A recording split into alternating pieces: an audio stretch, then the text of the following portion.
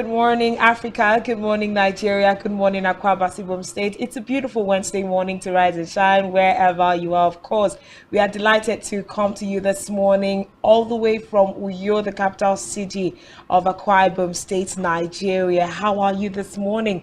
Of course, do not forget, my name is Uyai Aniekan, and I do hope that you are doing well. Do not also forget to be a part of our community. Like, share, comment across all our social media platforms, all of which you can find at spectrumtv.ng. We also like your energy on our Twitter handle, so at SpectrumT Online. Let's get the conversation going. Good morning and thanks for joining us once again. Of course, a very good morning to you. It's a Wednesday, just like Ria has mentioned, a midweek. And this is just hoping that you have had a productive day so far, talking about from Monday through to today. It's an amazing time on the show. As you know, we get to talk about very topical issues, letting you know and getting your information on the go. My name is Janice Cobham. Thank you so much for always being a part of Rise and Shine, and of course a part of Spectrum Television this morning. Great conversations lined up. Yeah, good morning. Good morning. I think I'd like to ask, how are you doing? You asked that question, and in my head I'm like, okay, so if you're asked how you're doing in a typical Nigerian setting with all of the hula balloos that we are facing this period, I wonder what the response will be like from the common Nigerian. Like, how are you doing? They say, God deal. Really, literally, God is the answer. Like, we are literally all just pushing. Now God did they look. I know I read something on the internet the other day that said someone posted and said, don't ask me for anything right now, because even I myself I'm looking for how to survive. So if you ask me and I'm not coming for, don't think I don't want to give you. You don't know how it is on this end. So it just looks like a lot of people are just looking for ways to hold their own side together. But then it's still important. We have to go beyond monetary gifts and all of those things and make sure that we are there for one another. Even if I can't give you food, I can make you smile. Yes, I can relieve you of the burdens of the economy one way or the other. And then sometimes giving also is not as a result of an abundance, just a little bit. Oh, I have 2 cups of rice, do you mind to share one? And then you two that they're sharing with you know how to be grateful. In this kind of time. If anyone gives you anything at this time, know that they really care about you, and it is from a place of sacrifice. I've heard even the wealthy, or people that you think they have money, say it's not like it's not different on our own end. The amount of money we would have spent to do certain things in past years, it's double the amount. So it's also still biting into how much you really think we have. And so we are spending as well. Exactly. So people are spending more money for just little things these days, and it's quite sad. But again, we just have to hold on and hold forth. Of course, we are hoping that all of this will just fizzle out in the couple of months coming. Couple of months, but we've been asked to expect this train for about 2 years. 2 years? Yes. That's quite a lot. We've been asked to expect it for at least 2 years. That's small. Nigerians please just suffer small. Small. It's been like everything will come back together again and fall into place. But 2 years, that's pretty too much. 2 years, a lot of people would how much you eat in a day. So growing up, we used to eat 111, which is 3 times a day. And then at some point, because of the harsh realities of the economy, you begin to see families that would do 101, and then sometimes they do 011, and then sometimes they do 110, depending on their capabilities and all of that. But the way it is right now, with how many millions of Nigerians are under the poverty line, we might just have a lot of Nigerians doing like 001. But then have you ever heard of the joke that says, out of all of these motivational speakers, someone said, whoever really told you that you have to eat 3 times a day? So whether it's on the end of an economy or just that the fact that thing is not a must, it will help you save some of that money you spend on food. So either way you look at it, there's always a way out. But then as much as possible, eat as healthy as you can.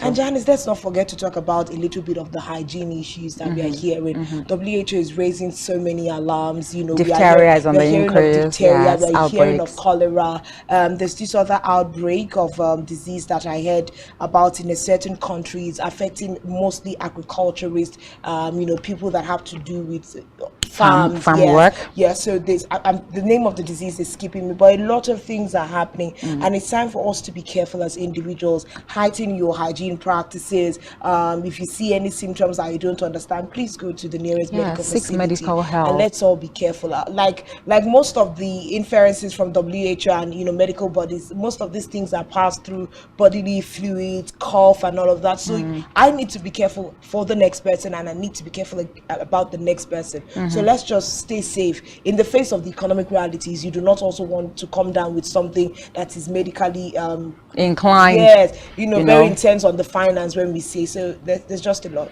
Yeah, a lot. And let's look at our flash stories this morning. This is quite a happy Vice President, Professor Yemi Osinbajo, who has just been appointed as Global Advisor to Global Energy Alliance for People and Planet.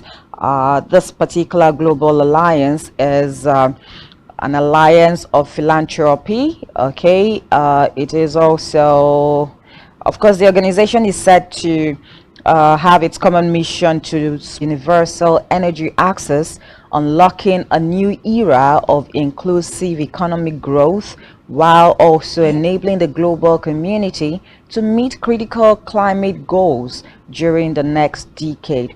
Of course, Osinbajo announced his new appointment in a series of tweets, and he says, I think this is quite a great news for former Vice President Yemi Osinbajo, knowing fully well how much also that he takes to the importance of climate change. Remember some time ago where he attended a G7 summit, and climate change was one of the major conversations on the front burner, and he has continually pushed for clean energy, not just in Nigeria now, but in Africa in totality.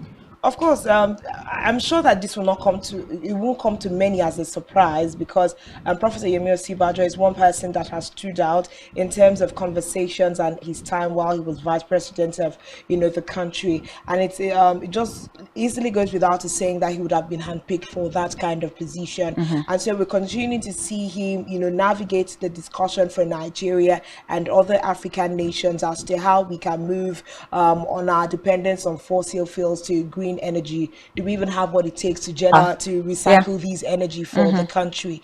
And when you also look at cutting down the bureaucracy that is involved in those making money out of oil, is there a way for us to navigate this? But then he's one person that has been on that conversation for the longest time, exposing the youth also to that very conversation and making the platform available to them. So with this appointment is great news, and a big congratulations to the former Vice President Yemi Osinbajo. And of course, we are going to it also means we are going to continue to see him in the limelight handling issues that are very important. And now this even goes beyond just Nigeria.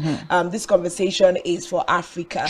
Let's see how we begin to liaise with other international communities, more developed nations, and how we can come into alliances and make this possible for Africa as a continent. So it's a big congratulations for Prof. And a big win too. We know Prof to be a very intelligent person, and we hope to see him evolve more on the global platforms. But let's just look at a tweet that he took to his Twitter. In such a short period, I beg your pardon, have demonstrated a commitment to support developing countries' shifts to clean energy using models that ensure universal energy access, as well as drive economic growth, generate jobs and sustainable livelihoods, and meet urgent climate goals. Of course, climate goals is one thing we are trying to hit up now. He says, I am excited to announce that I have been appointed Global Advisor to Global Energy Alliance for People and Planet at Energy Alliance.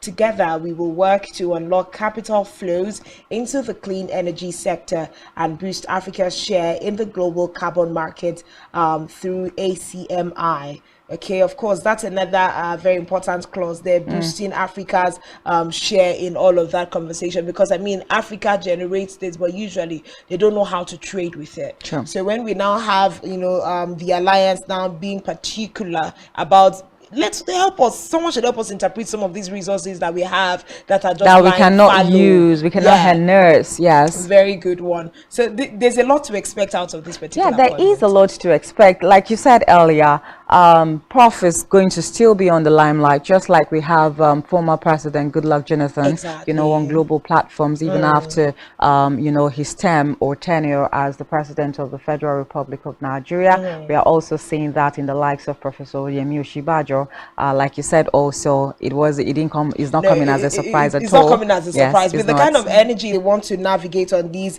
Africa's share in the global carbon market, it will help our finances to a very, very large extent. Good to see that cap back on the screens and that particular smile back on the screens. At least we'll be having someone represent Nigeria and Africa again in conversations that are very necessary. Definitely. A lot is happening. Part of some of the diseases we're just referring to this morning is as a result of climate-related changes. In South Africa, for instance, snow just started falling again for the first time since 2012, and it's as a result of climate change. And they're saying we need to be careful and all of this because it even came and is in extreme measures. So there's a lot to be careful about. It's now good that Africa too is getting in line with having these conversations as opposed to when it was just Western nations. So this is a good one in the overall. Yeah, many congratulations there to Professor Yemi Oshibajo for that particular one. But let's look at our major stories, Oyai.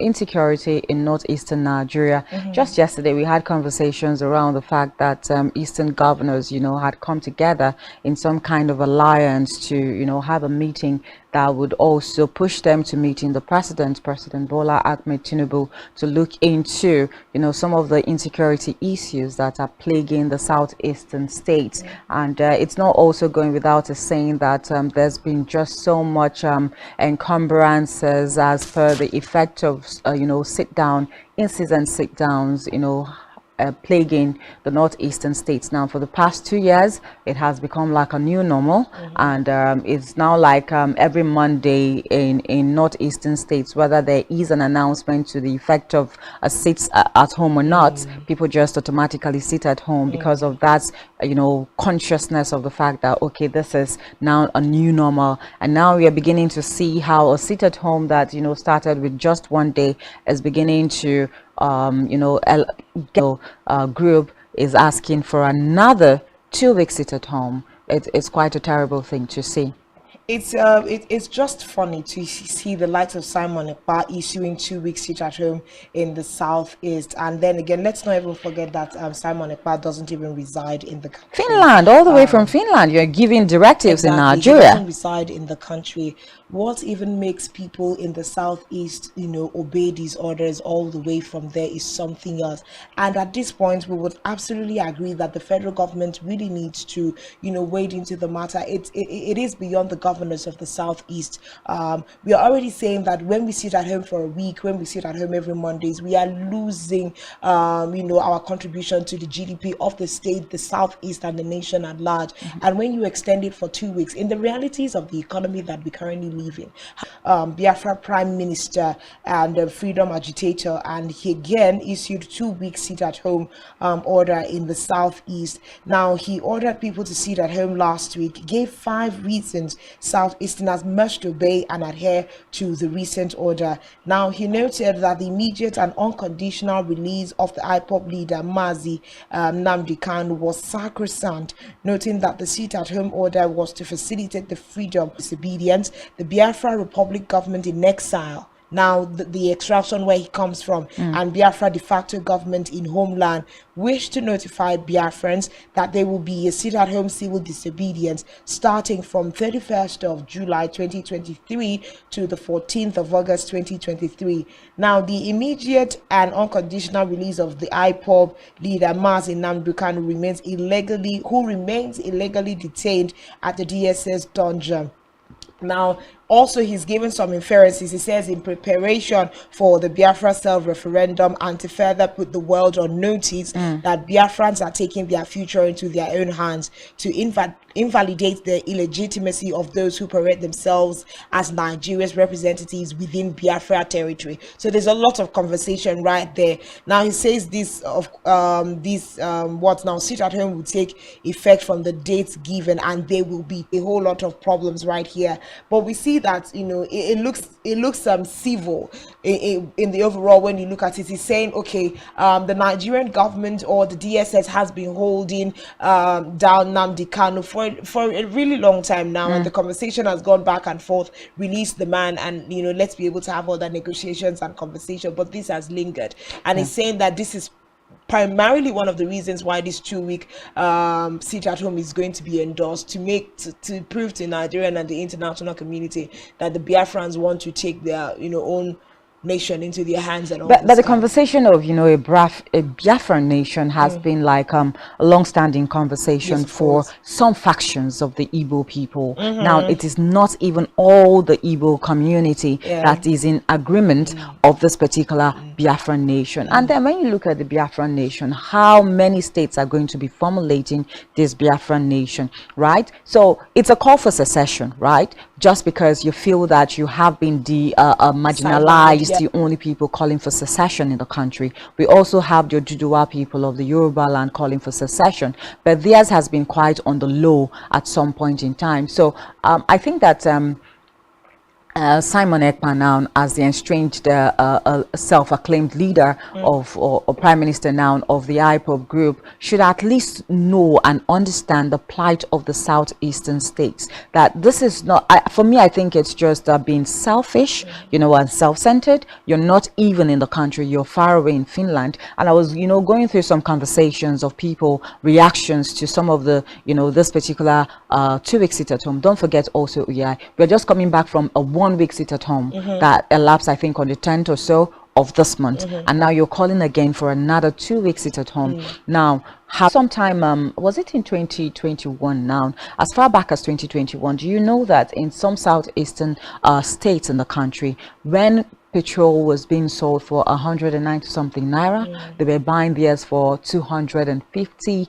300 naira. So now that the price has even hiked to 500 and something across the nation, you can imagine how much those in southeastern Nigeria will be buying the PMS product. So it's quite hard, and we have not just seen hardship now, we have seen stifling of businesses. Mondays, the Onitsha market is a very big and commercial place. The Aba market is a very big and commercial city, right? And so you have people come out on Mondays. Mondays for a lot of Nigerians is the most productive day of the week, and then you have them sit at home just because they are pushing for some kind of agitation, and you are in Finland going about your normal business and not even putting into cognizance what people will be going through, and then you come out today to say that you want a 2-week sit at home and you want absolute compliance. I think this is also like a usurpation of the powers of even the government. Yesterday we have seen that, you know, these governors have come together because they quite understand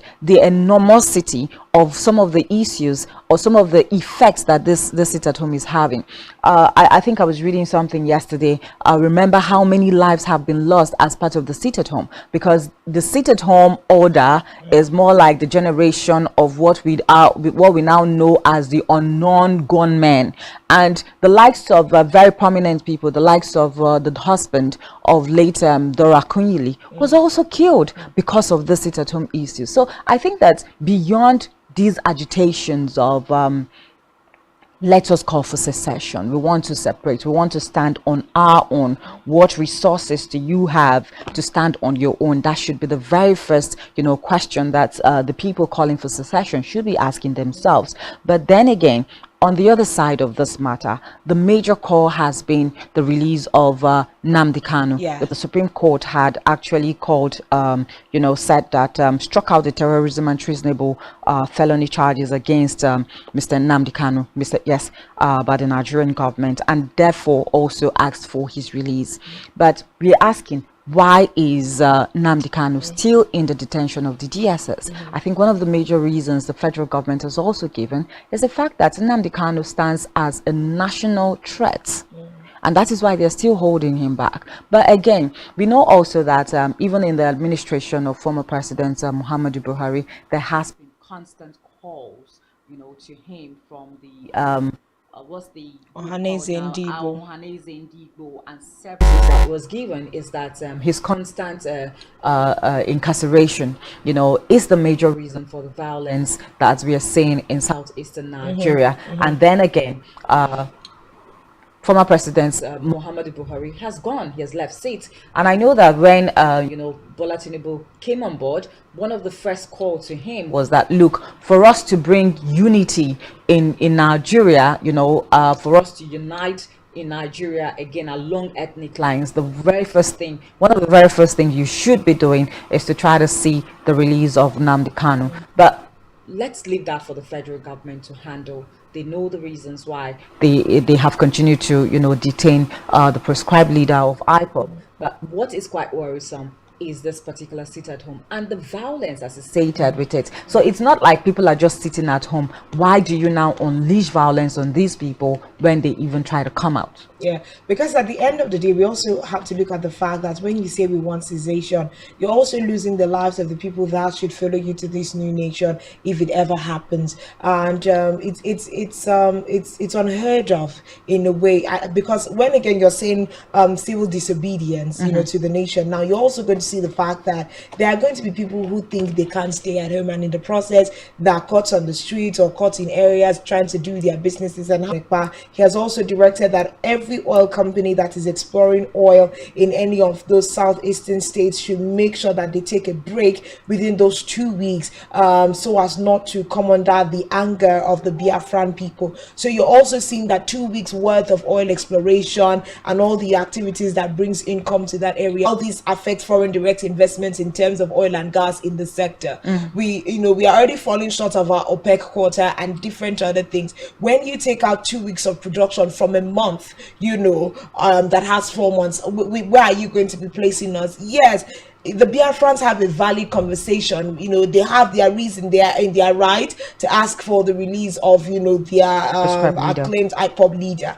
But then again, there has to be a way that negotiations can be done. There is no issue that cannot be handled with negotiations and proper conversations around it. But this is a difficult place right now for Southeasterners. They have been given a forewarning, so this is more like you have been given about 2 weeks of warning to prepare. So if you need to buy things, if you need to put your business in place, because the sit at home is going to be starting on the 30th of July through 13th of August. It's a difficult task to, so we also hope that between now and then that we would hear the response of the federal government to this effect, especially because we've seen the unity governors of the South is going to meet the president.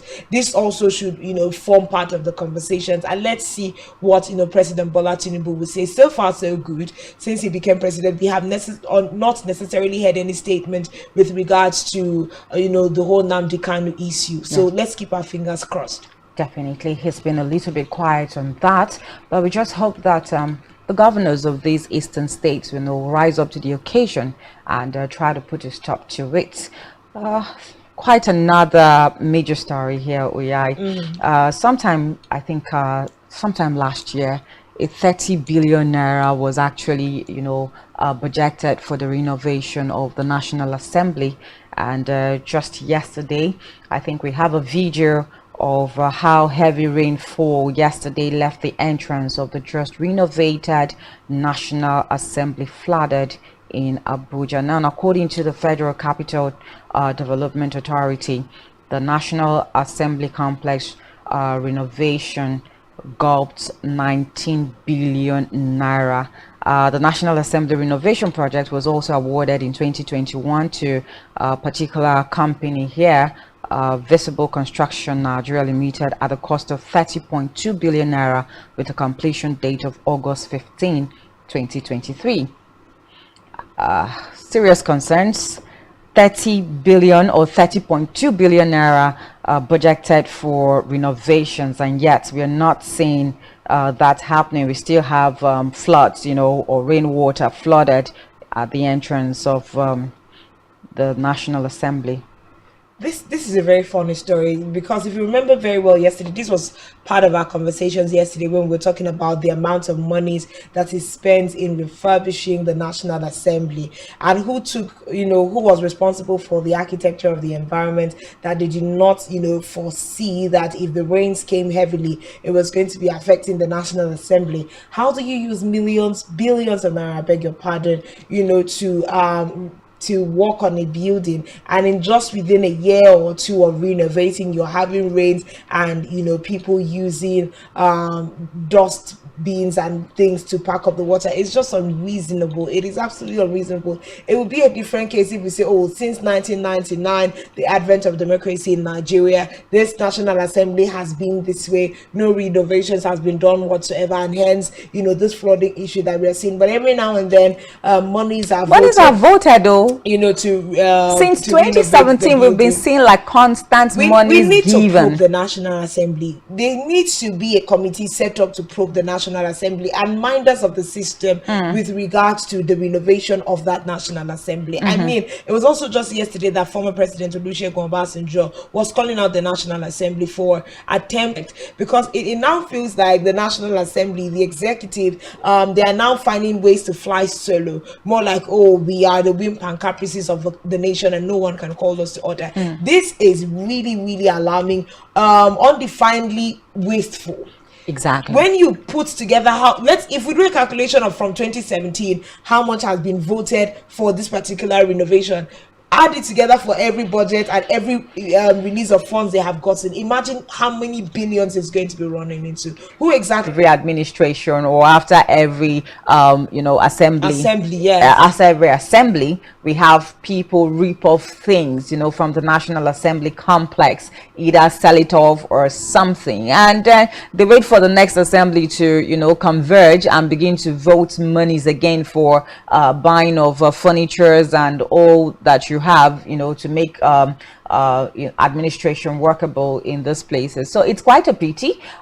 Just looking at a particular comment under this post by Punch newspaper, this person says that this is not new to what we have been seeing.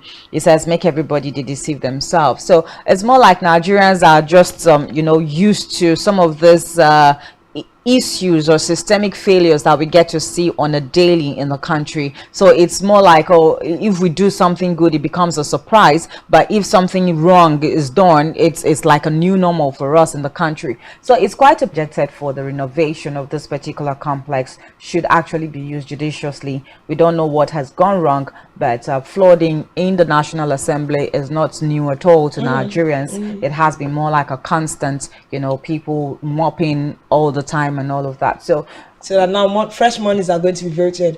It's just like the case of saying that serpents are swallowing money. Not snakes. Don't try to. It's just like saying that snakes are set of snakes swallow veterinary facility. Sure. That's a good place to start the argument from. How did you take billions of naira and then the rains are coming and we can't find places to put our feet? You sue them first of all. Let's start mentioning the people that took the money, ate it, and didn't get the job done. But it finds a way of making a joke out of everything, and this isn't even funny. I think the company that was awarded the contract for renovation is Mercy Visible Construction Nigeria Limited at the cost of 30.2 billion naira with a completion date of August 15, 2023. So we would say that maybe we should just cut them some slack and say that, okay, this is still in the works, right? So they are not done yet. We still have about a month from now for them to completely renovate, the National Assembly. So maybe now that there's somewhere leaking, at the entrance of the National Assembly, they'll quickly fix that before the August 2023 deadline, August 15, 2023 deadline. But we just hope that this is the last of it. We will not be having this kind of very embarrassing situation again, where we see the National Assembly. It's more like a national edifice. We shouldn't see this happen. It's quite an embarrassing situation for the country. It is absolutely an embarrassing situation for the country. And there's so much more to look at. Spotlight Dailies, what other newspapers saying this morning? And of course, we also have a very strong conversation. Pastor Omoyino, the governor of Akwa Ibom State, is making some moves and some shakings around the state. Let's see how the 1 month plus of his administration has been, what to expect from him. Okay, of course, after this, Rise and Shine continues. Just stay with us.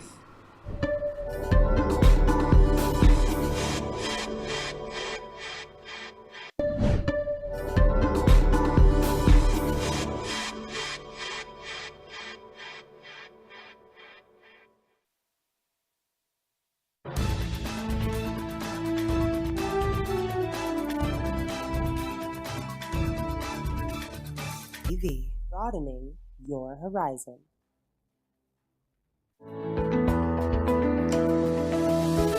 Business exists only to meet the needs of the people. But there's an extra advantage if your product and services are pitched on a platform that gives you the added advantage over your competitors. For your desired return on investment and so much more, advertise on Spectrum Television, on StarTimes DTH Channel 421 and on free-to-air with a frequency of 12733. Spectrum Television, broadening your horizon.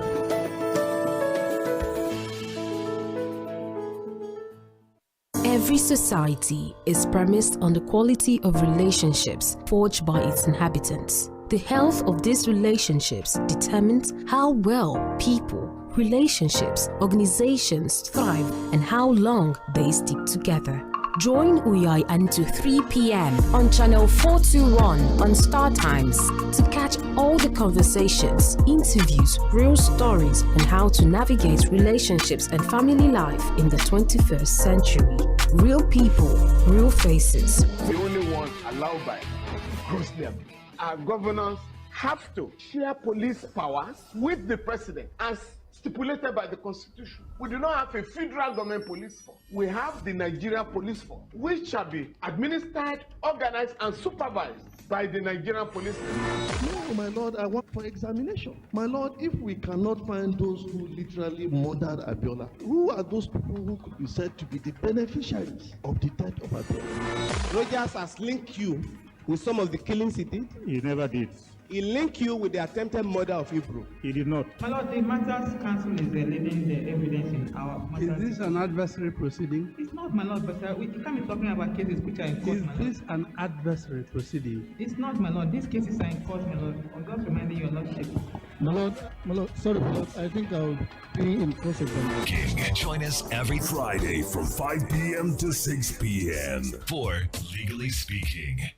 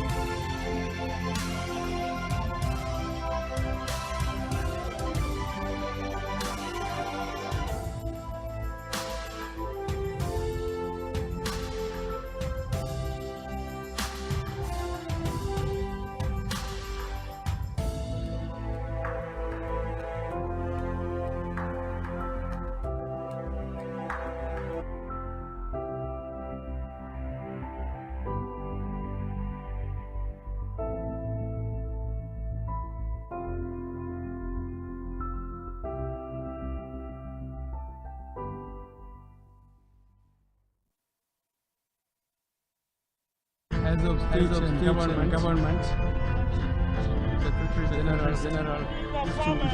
delegates.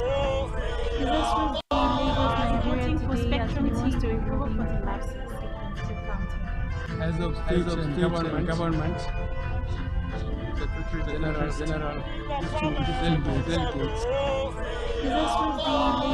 voting for Spectrum TV to improve for the lives of Heads of state and government, Secretary General, delegates. voting for Spectrum TV to improve for the lives of Heads of state and government, Secretary General, delegates. voting for Spectrum TV to improve for the lives of Heads of state and government, Secretary General, delegates. voting for Spectrum TV to improve for the lives of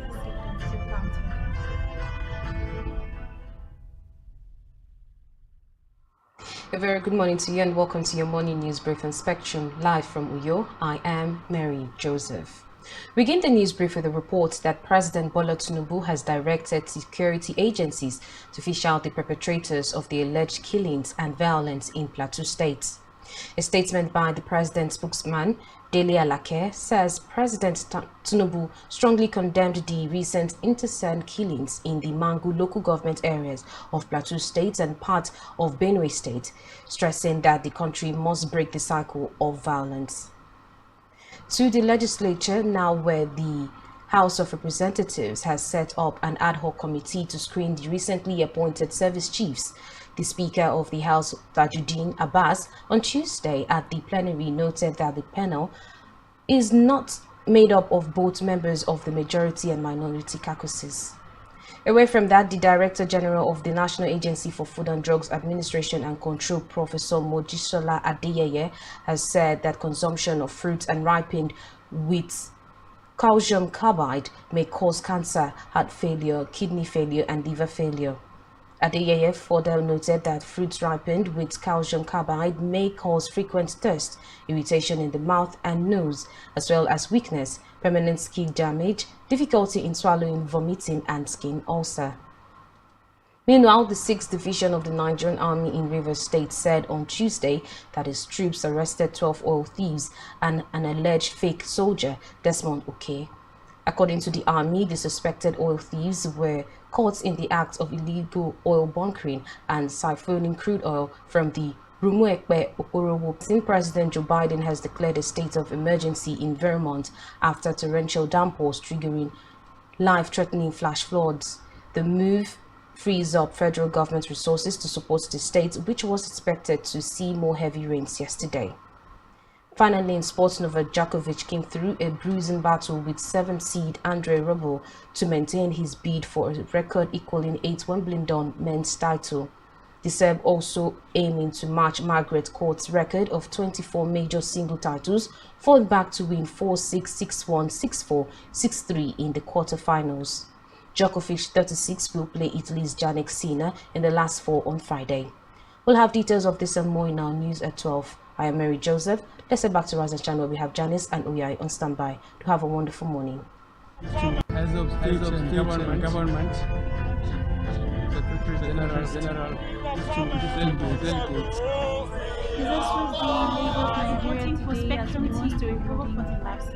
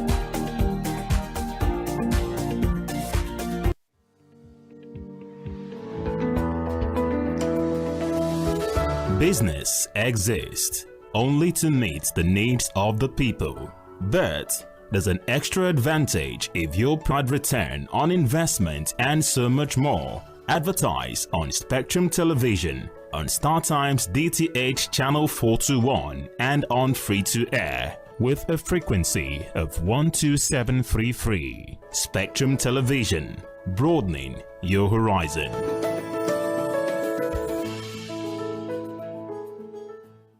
Every society is premised on the quality of relationships forged by its inhabitants. The health of these relationships determines how well people, relationships, organizations thrive and how long they stick together. Join Uyai Anyekan on Connect every Wednesday from 6 p.m. to 6:30 p.m. and on Sunday 2:30 to 3 p.m. on channel 421 on Star Times to catch all the conversations, interviews, real stories and how to navigate relationships and family life in the 21st century. Real people, real faces, real stories. Connect live on Spectrum Television. Nigerian police, which is the only one allowed by grossly abused. Our governors have to share police powers with the president as stipulated by the constitution. We do not have a federal government police force. We have the Nigerian police force, which shall be administered, organized, and supervised by the Nigerian police. No, my lord. Legally Speaking, a program that deals with legal issues and questions we face as citizens of this amazing country, Nigeria. Legally Speaking. Join us every Friday from 5 p.m. to 6 p.m. for Legally Speaking.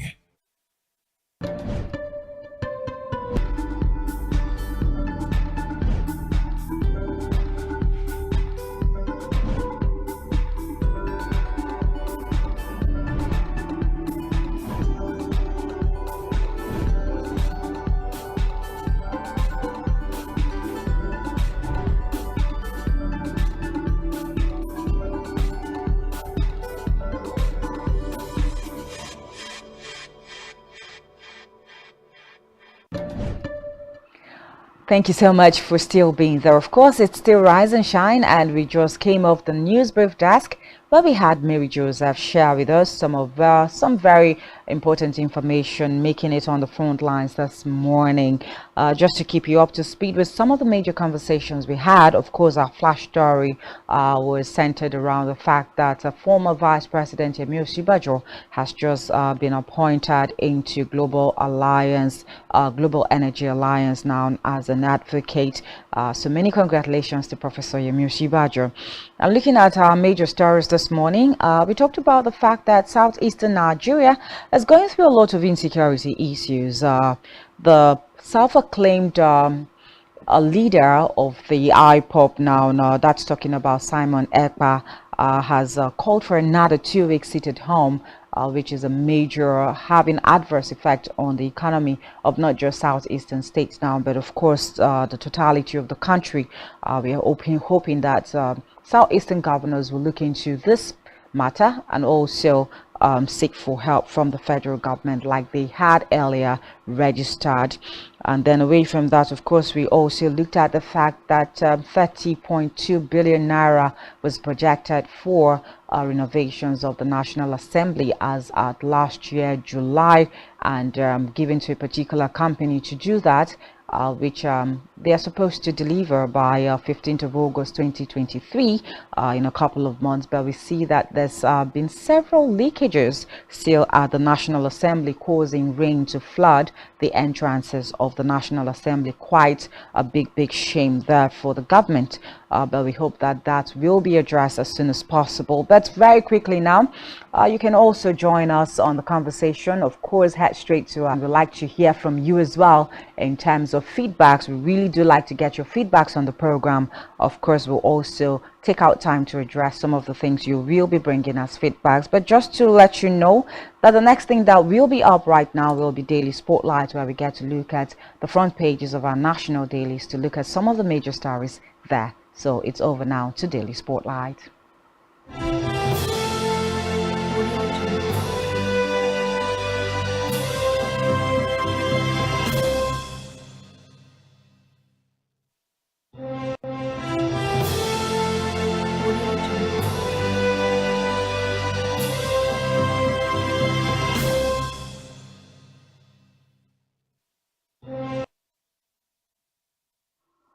Daily Spotlight this morning. Let's start first of all with this day newspaper on the front page of this day. The big story there says Tinubu festering reprisal attacks in Plateau, Benue, depressing, avoidable. Okay, it says orders security agencies to fish out perpetrators of recent killings. Says suspects must face full wrath of law. One cycle of violence dismantled. House ask IG NSA to declare national emergency. Benue governor proposes amnesty for repentant criminals. Traditional ruler narrates gruesome killing of 30 people. Enugu Kaduna governor seek military assistance to tackle insecurity. We also have here on the front page, Honeywell Group confident of value generation in FBN Holdings, increases stake to 15.1%. We also see here Carry, NNPC made divest selected assets, exit reduction sharing agreement, page 5 is where you can have details. Ribadu, federal government committed to building capacity of investigators to enhance anti-corruption war. Page 8 is where you can find details of that. We also see here Abdullahi Adamu, I supported Lawan but won election for Tinubu, says APC willing to receive Wike-led G5. Okay, we also see here groundbreaking ceremony of 30 megawatts embedded independent power plant. These are all the stories that we have on the front page of this J newspaper. Let's look at Nigerian Tribune.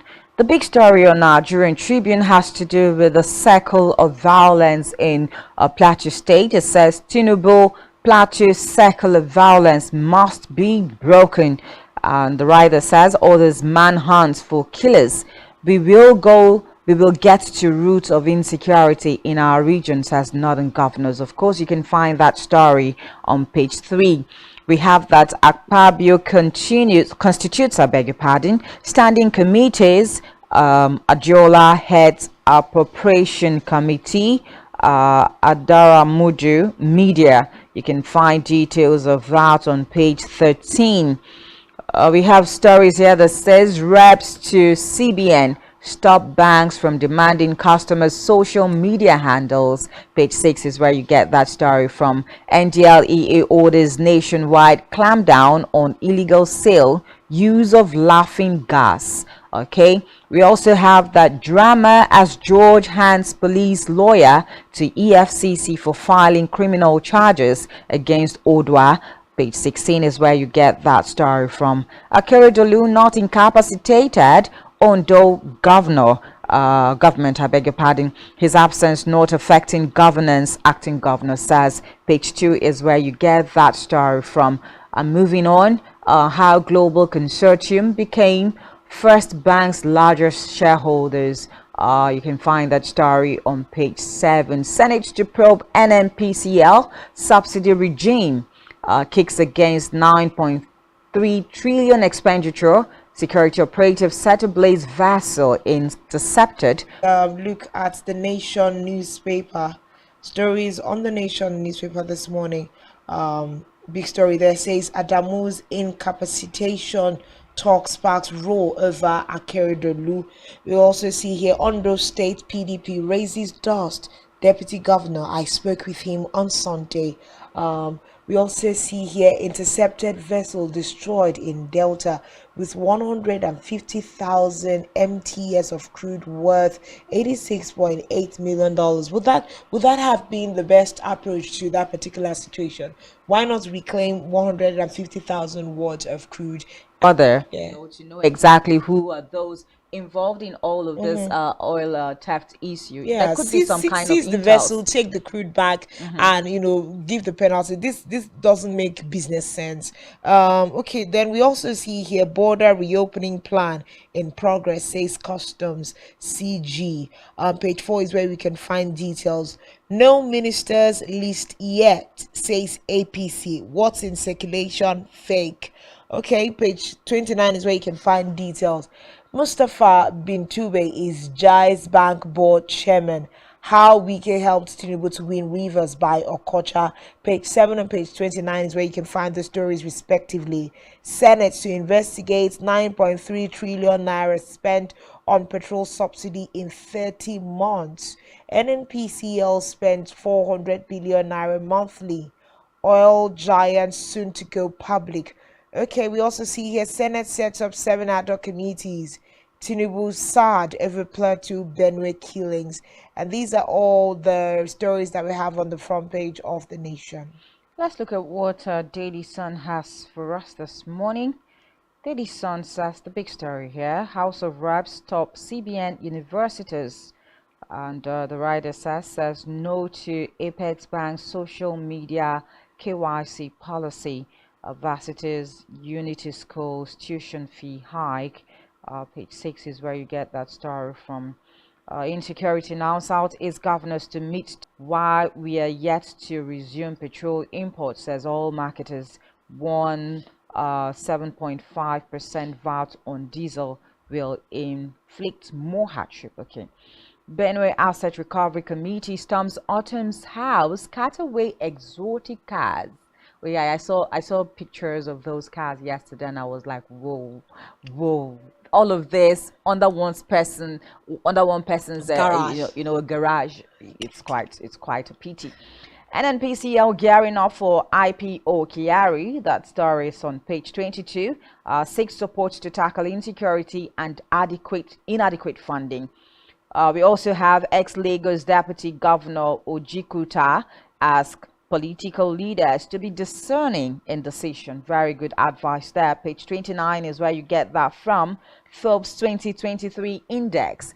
Dangote still Africa's richest for 12th consecutive year, listed among world's top 200 richest persons. Many congratulations there to Aliko Dangote.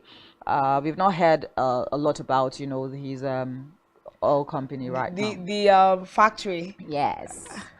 We've not really had a lot about that. July, August, ending of July into August is when we are expecting the first round of crude to be churned out. So let's keep our fingers crossed. Fingers crossed there.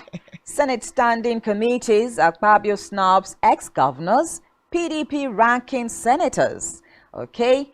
The writer here says names heads of appropriations, public account, and 6 committees. Page 6 is where you get that from. Experts list causes, solutions to Nigeria's rise in inflation. I think that the Senate President has already kickstarted his job and duty as the Senate President, and we are here for it. Actually. We are here for it, absolutely. Anything that helps us move forward as a country. Definitely. Anyways, that's all the stories that we have. Okay, so there's one here on the IPOP story now. Anger tension in Southeast as ECPA declares 2-week sit at home from July 31. Peace group asks Finland to repatriate him. Another IPOP members abducted Reverend Father as we speak. Those are all the stories that we have on the front page of Daily Sun. Okay, let's look at the Vanguard newspaper this morning. PDP governors, APC defer over security situation nationwide. We also see here insecurity worsening nationwide, says PDP governors. Tinubu's government's tackling issue will ensure peace. APC. Okay, 4 policemen killed in Zamfara bandits attack. Gunmen kidnap Catholic priest. 3 others in Ebonyi. Simon Ekpa reacts to Southeast leaders Abuja meeting. Orders 2-week sit at home. Okay, says IPOB. Okay. Enugu residents count losses. Say we can't cope anymore. Of course, this is not in the overall good of the Southeast at all, no matter how you look at it. Okay, we also see here NNPCL ripened fruits. We also see here reps ask federal government to lift ban on fuel sale in international borders. Okay, we also have here investors gain 1.93 trillion naira in 2 days as stock market hits 15-year high. Page 19 is where you can find details. That's so good. We also see here why we invested in First Bank. Benue killings not perpetrated by outsiders, says Governor Alia. Page 10 is where you can find details of that story. Tinubu expresses sadness over Plateau killings. Page 4. PDP suffers setback as Akpabio names chairman for special committees. Page 9 is where you can find details of that particular story. And in sports, we have here Niger Super 8. Remo Stars suffer shock loss to this morning. that one didn't tickle my fancy. Okay. All right. That's for sports lovers. Let's look at our last paper for the morning. That's the Punch newspaper. The major story here says Naira devaluation. Nigerian students face tough times in Mishore labels Lukman black sheep. PDP governors demand credible polls in Bayelsa, Imo, and Kogi State. Of course, we're talking about off-season elections, which is on September. Yeah, is it September now or November? Beg your pardon, November. SEC automobile workshop impounds vehicles. There's been a back and forth between the immediate past governor now of Benue State, Samuel Otom, and the newly elected governor. There's been serious clashes there. We also have the police kill sit-at-home enforcers. IPOB declares 14-day lockdown. I think that's just about the new stories on the front pages of the Punch this morning. And that's all that is there on our national dailies today. Quite interesting stories, I must say. Of course, to get details and the juice of the matter, you can look up any of this national dailies this morning. But then again, quite saddening is the fact that there's been serious insecurity issues and killings in Plateau State. I like the fact that President Bola Ahmed Tinubu is standing up and rising up to the occasion of this, and has also called for a prize and apprehend them. We just hope that is going to be quite an easy task for the military to do that as well. Nigerian students face tough times in UK tuition soars by 60%. So yeah, that's quite sad. Of course, we see that the Naira devaluation is really causing a lot of economic, downturn. Of course, the students have to fall back on their parents who are here, to make sure that they send these monies across for the fees. So the amount doubles, Doubles, I mean, I think it was yesterday, a Naira to a dollar stood at 810. And that's a lot when you do the numbers for people that are trading in dollars. Well, we do hope that our, banking sector, the CBN, knows exactly what they were doing. Initially when that floating of the Naira came out, it was more like people were celebrating. But I know there are people cutting gains and then there are people cutting losses. But we need to do what's in the, best overall interest of the entire country. But then more stories on the front pages of our national dailies this morning, looking at very pertinent issues.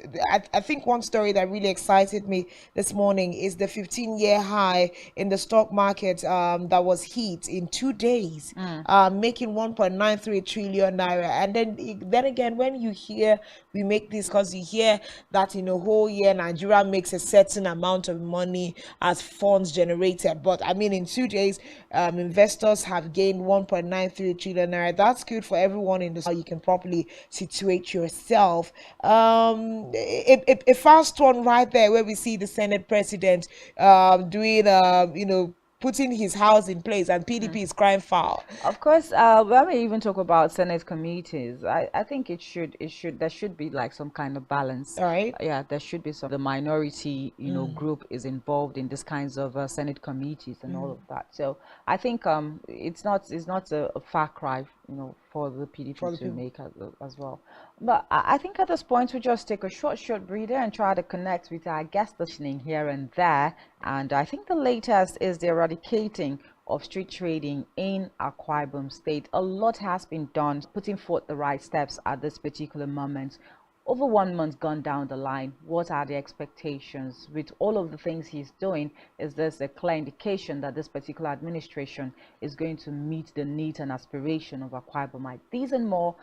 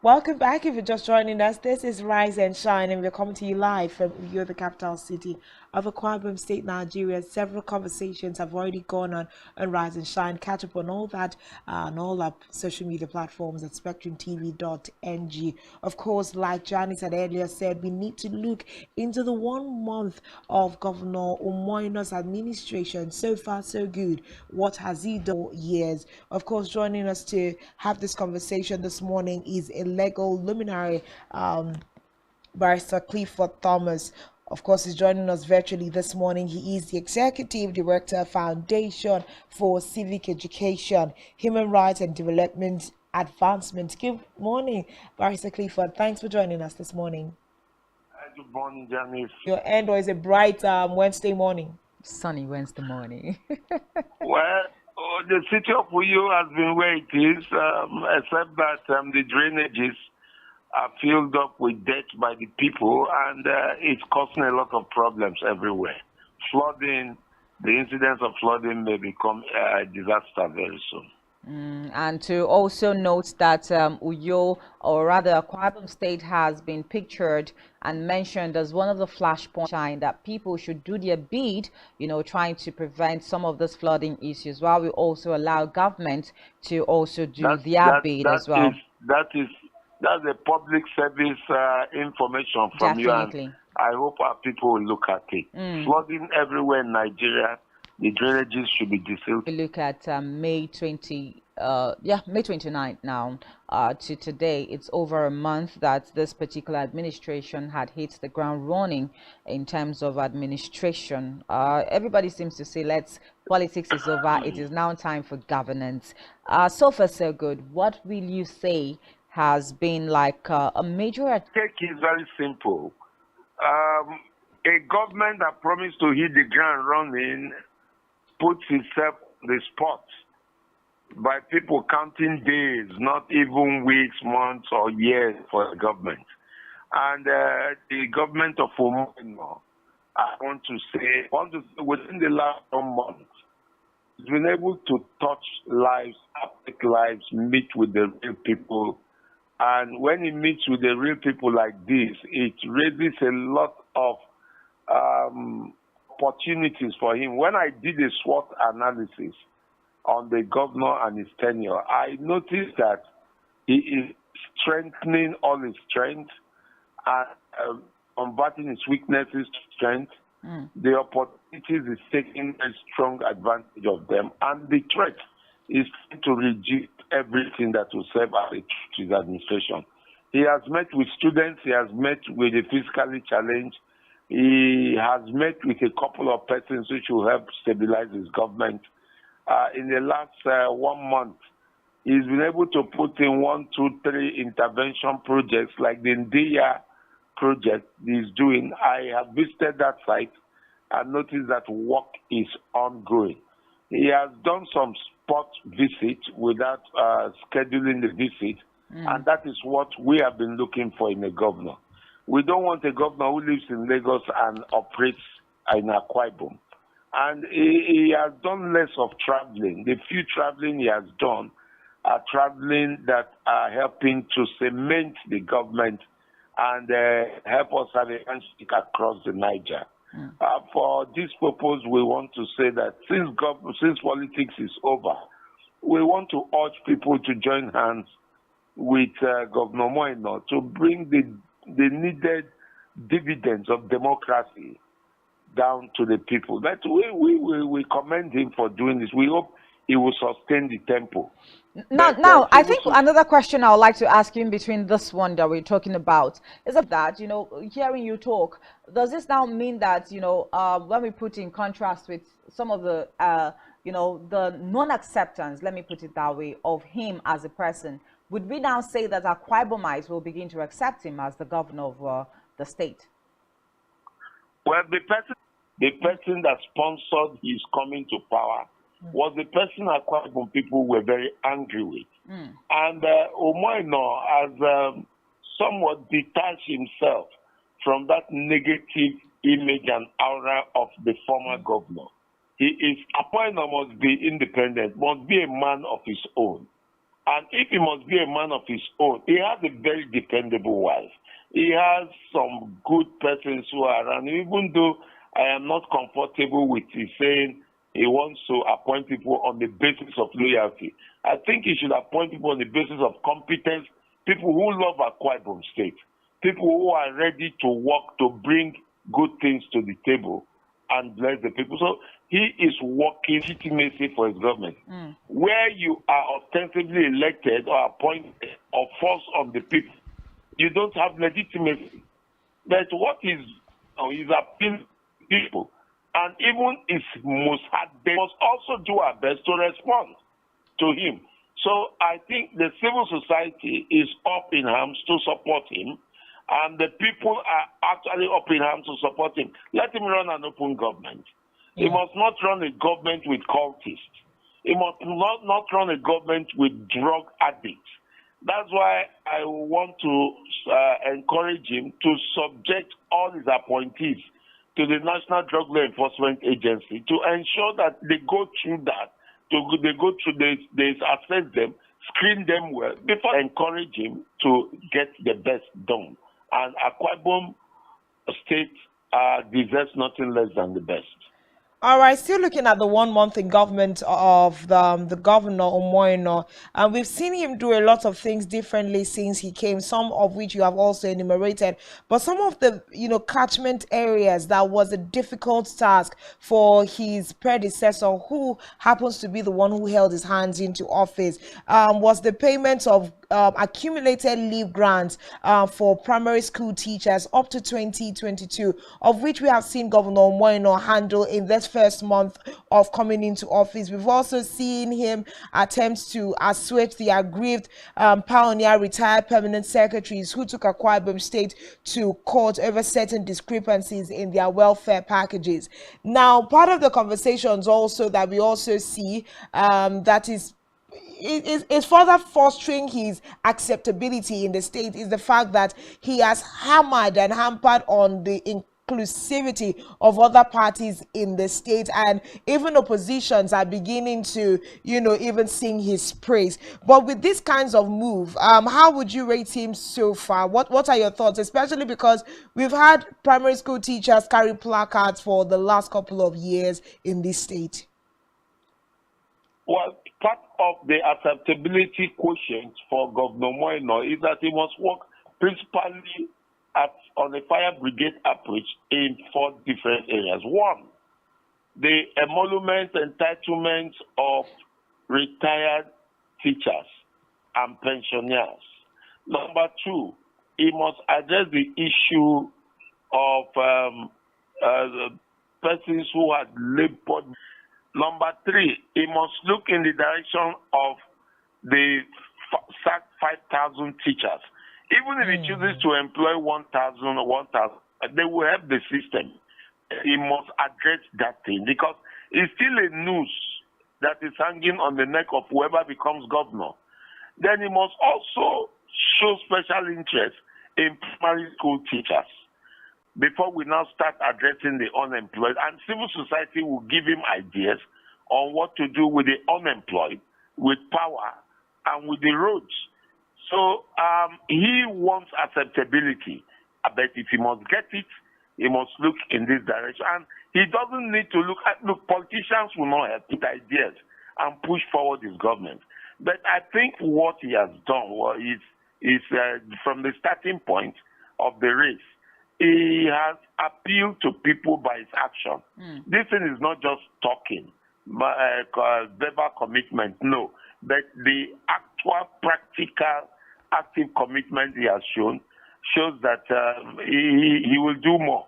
I think he's been speaking with the people, and the people, his actions show that he is actually relating more with the people. But again, one would ask, is just 1 month, of the governor now, doing some of these activities. 1 month is not enough. Janice, will that please, determine, his furtherance into governance in terms of his activities? Is 1 month enough to determine if he's going to do Akwa Ibom well or not? 1 month, he has 48 months to run a single tenure. and 96 months to run a second tenure.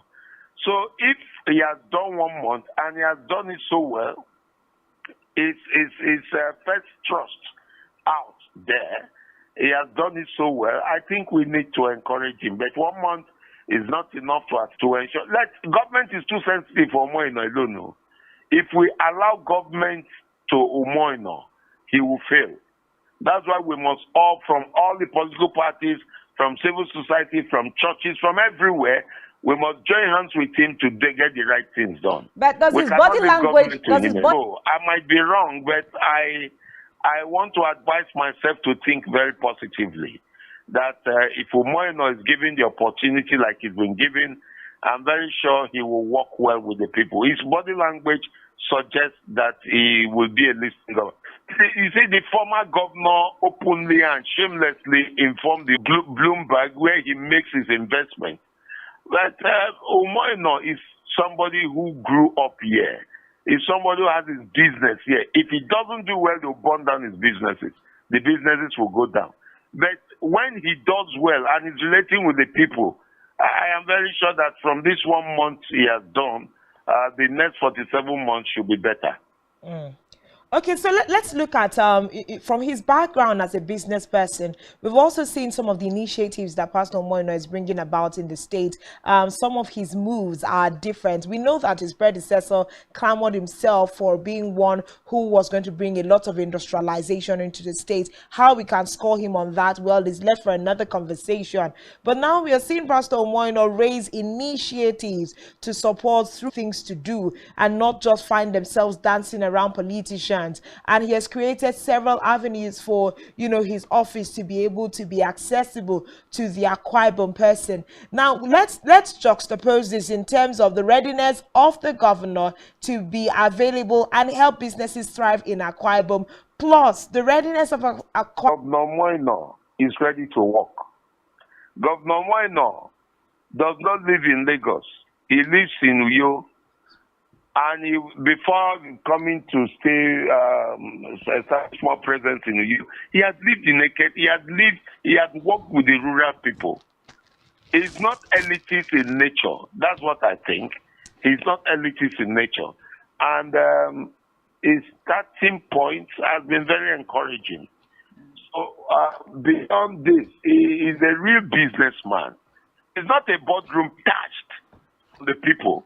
And when you are detached from the people, you won't understand what SMEs mean. You won't understand what it means to improve the banana seller's business with 50,000. You won't understand a lot of things, but I think it should be more structured. Umoino is strong in the hospitality industry in Akwa Ibom State, and to create a very clement business environment for the thriving and thriving Akwa Ibom indigenes who are ready to do business. But he needs to sit down and speak with people like us and those who are ready to help him, so that he can go into the riverine communities and see how to make more profit from the business there and help more people. We need a reticulation and circulation of profits now. Even if he goes into profit sharing with the people, he would have ended up creating more jobs and will provide welfare, social amenities for the people. So if he can improve on the business environment, I'm very sure Akwa Ibom will come out better. Okay, I like that, he's business oriented, more like an state. And I'm just going to read out a particular comment here that was addressed to the governor on on his social media. It says, "Governor, it would be nice to take a look at the increasing crime rate in the state, especially in Uyo. Armed robbery is becoming normal, and this shouldn't be." And a couple of weeks ago, we heard that there were serious court clashes, around the Uyo. How much can it thrive with, a state that is crime inclined? So I think that's a major task that the governor should be looking at. There is a correlation between bad governance by the government and increased crime rates. There's a correlation. If the government penalties there are busy stealing and not citizens, So the government must sit down and become more purposeful in designing programs that will make the people see the government as a responsible one. Now, the issue of security, saying buying virtue of the people, there's no security in structures you put around you. There's security only when the people accept you, when the people are ready to work with you. Design programs that will engage the energy of the youth in something more productive. Reach out to people who can utilize the energies of the youth and channel it from something destructive to something productive. It's not, you don't need a Harvard-trained person. In fact, any Harvard-trained person or Yale-trained person who comes to say he will function well in Africa is a liar. You can get somebody from Uduakpan and them or Ita Market. So some of us, we know them. But because we are not sure of what even the authorities, the police, will do with the information we give them, we become afraid. So what you do is don't kill them. Don't just arrest them and destroy them. Use them as a virus to infiltrate the larger crime community. And then you weaken that larger crime community and they become more productive. But government people, they are very detached. They drive in their big black tinted jeeps and foreigners, and then will not want to relate with the average person outside. But we are the street fighters, we are the foot soldiers. We have a couple of them, not only we have a couple of them who can sit down with the government and say, for security, this is what we can do. The place of civil society organizations within the state, like you keep, reiterating, they understand the nooks and crannies and certain fabrics of society. So we do hope that this administration will leverage on that. But then you raised an issue with regards to the need for structure. Yes, we have seen Governor Moino bring forth a very healthy energy, we must say, to his, style of governance since entering office in the last 1 month. But going back on structure, we've also seen him attempt to live by the promises he made during his campaign. So most of the energies that he's already exerting are, drawn line by line with the Arise agenda of his administration for Akwa Ibom State. For instance, he has promised he had rather promised during his campaigns that he was not going to leave abandoned projects from the past administration. So we've seen him, alongside his administrations. When we look into this, the e-library is part of that, the wet and dry park are some of the places where he has visited. Of course, you had mentioned about his unannounced visitations, but do you think that this is something he's going to be able to carry on? Because the energy is good, but let's look at sustenance and the structure around these visitations that will make sure that... Well, Mr. Governor did not have a structure while campaigning and when he came into office. The government is only borrowing structure, existing on borrowed structure, and it's not good. This is when he must work towards the people for legitimacy to be established. He thinks a very vibrant young woman, that is FT government. He's busy working. He should stop her from also working. They must have the same vision, the same mission, the same objective, the same aim, and say we need to get the people on our side. Deputy Governor is working in this direction. I'll be working in this direction. He must not appropriate, but he has been a successful businessman. The same successful business principles he used of inclusiveness is what he should do. Akoneyanyi is tomorrow and the coastal communities. So he should allow us to farmers, and then while he's doing the same thing in the hinterland, Akon should be doing the same thing as we are meeting with the people. Akoneyanyi is a woman of substance.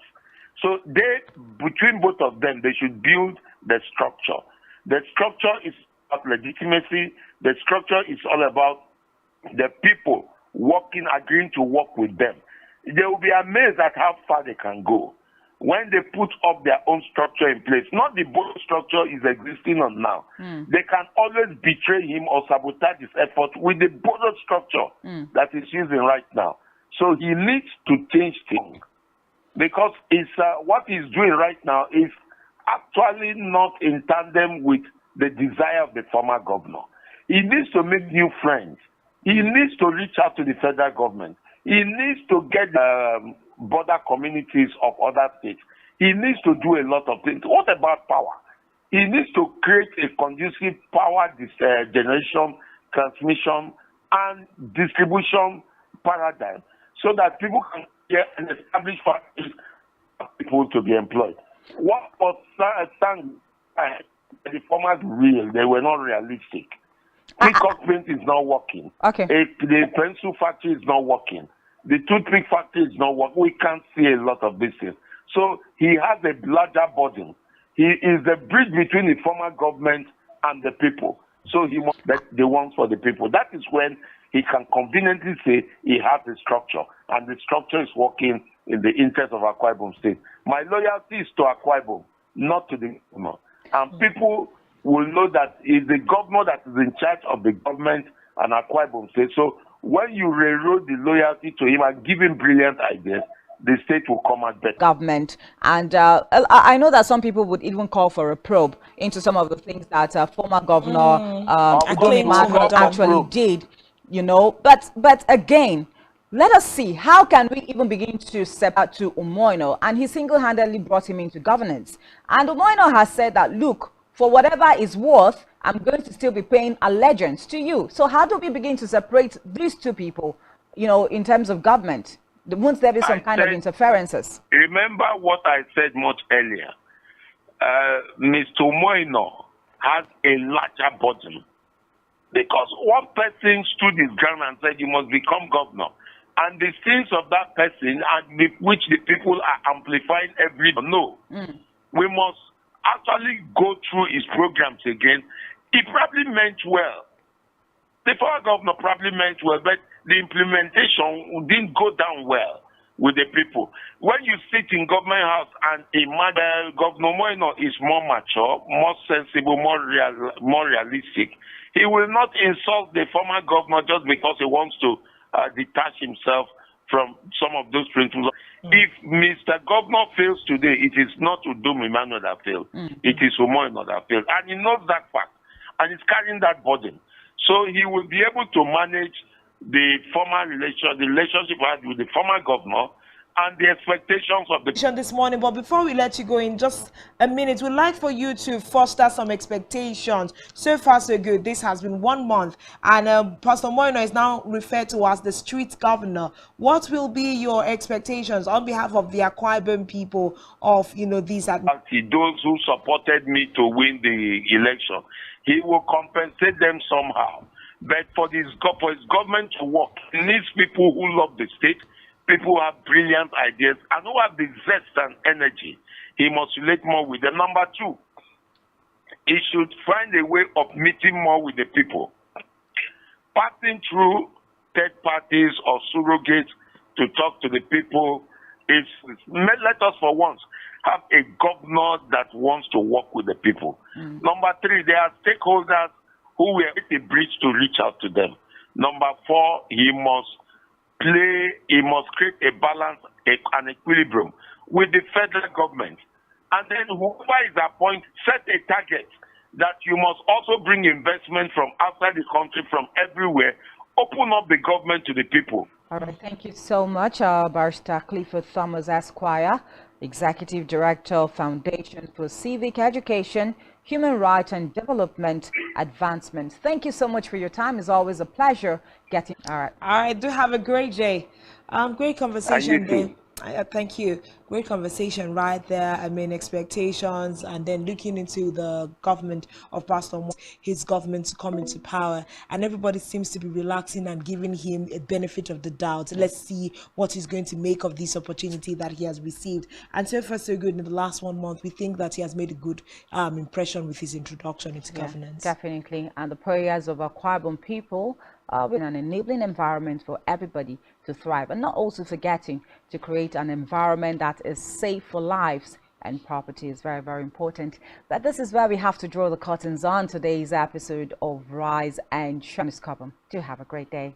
My name is Yanik, and thanks for being a part of this, and let's meet on social media. Thanks for being a part of this. Let's do this again.